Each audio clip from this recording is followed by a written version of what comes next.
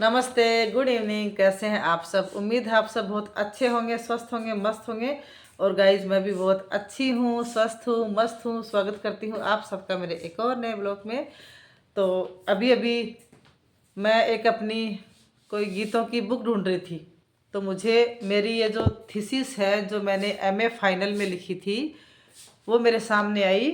तो थोड़ा सा मैं इसके बारे में आपको बता दूं।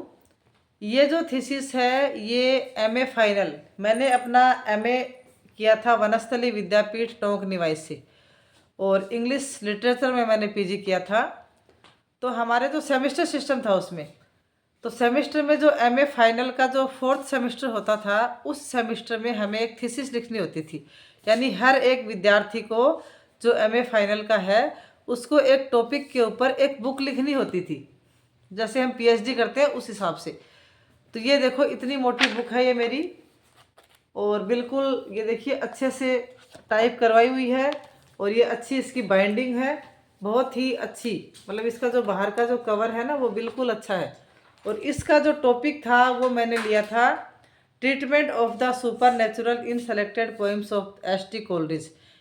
अंग्रेजी साहित्य में एक लेखक हैं, एक कवि हैं, एस.टी. कोलरिज। तो उन्होंने बहुत सारी अपनी कविताएं लिखी थी और उनमें सुपर नेचुरल पावर्स के ऊपर उन्होंने कविता लिखी थी। तो उसके ऊपर मैंने अपना जो थीसिस है इस पे काम किया था। और ये थीसिस मैंने हमारे अंग्रेजी विभाग की जो मेरी सुपरवाइजर थी वो थी department of English Mrs Richa Goyal. और इनके अंडर में मैंने ये थीसिस सबमिट की थी। इसमें देखिए a project submitted in partial fulfilment of the requirement for the award of the degree of master of arts in English और faculty of humanities Vanasthali Vidyapith Rajasthan. 2005 और 6 में मैंने पीजी किया था।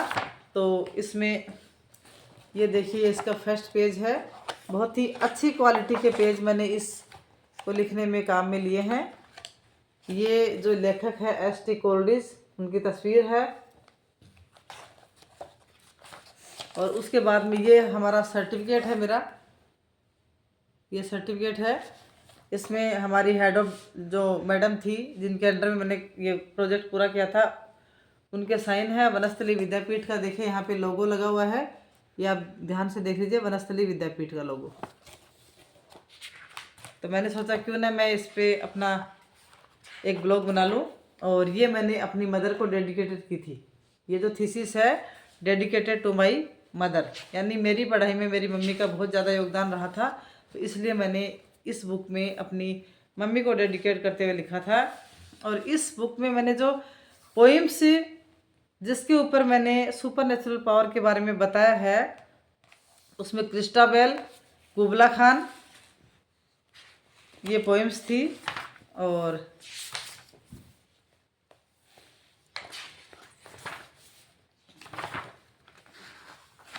ST. Coleridge super natural elements के बारे में बताया था इसमें। इस थीसिस को लिखने में मुझे लगभग 1-1.5 महीना लगा।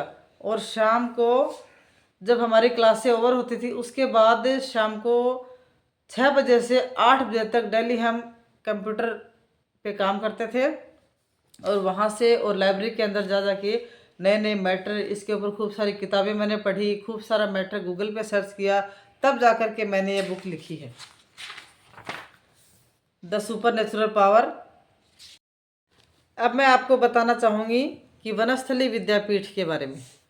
वनस्थली विद्यापीठ एशिया की पहली महिला डीम्ड यूनिवर्सिटी के रूप में प्रसिद्ध है और पंचमुखी शिक्षा के लिए जानी जाती है। वनस्थली विद्यापीठ में केवल लड़कियों को शिक्षा दी जाती है। वहाँ पर बहुत ही अच्छी व्यवस्था है, बहुत अच्छे शानदार हॉस्टल्स हैं। लगभग 75 बीघा के एरिया में वनस्थली विद्यापीठ स्थापित है। तो सबसे पहले वनस्थली विद्यापीठ की स्थापना के बारे में बता दूं। राजस्थान के प्रथम मुख्यमंत्री श्रीमान श्री हीरालाल शास्त्री जी ने वनस्थली विद्यापीठ की स्थापना की थी। उनकी बिटिया शांताबाई, जिनकी अल्पायु में ही मृत्यु हो गई थी, उनके हाथों से बनाई गई ईंटों के द्वारा वनस्थली विद्यापीठ की नींव रखी गई थी। और वनस्थली विद्यापीठ में प्रथम क्लास से लेकर के 12th क्लास की शिक्षा, उसके अलावा MA, BA, BEd और मास्टर्स, MCOM सब तरह की एजुकेशन वहाँ पे दी जाती है। इवन वहाँ हॉर्स राइडिंग भी है, वहाँ पर हेलीकॉप्टर की उड़ान भी सिखाई जाती है। पंचमुखी शिक्षा के लिए ये प्रसिद्ध है। और वहाँ का जो माहौल है, वहाँ का जो वातावरण है, बहुत ही यूँ कहें कि सुंदर और मन को शांति देने वाला है।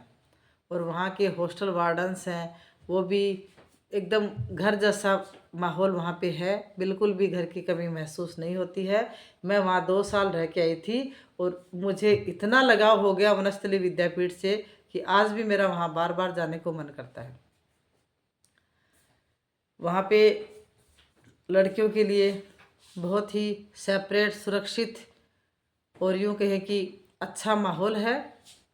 तो एक बार मैं सोचती हूँ कि अपने जीवन में वनस्थली विद्यापीठ में अपनी बेटियों को ज़रूर भेजना चाहिए।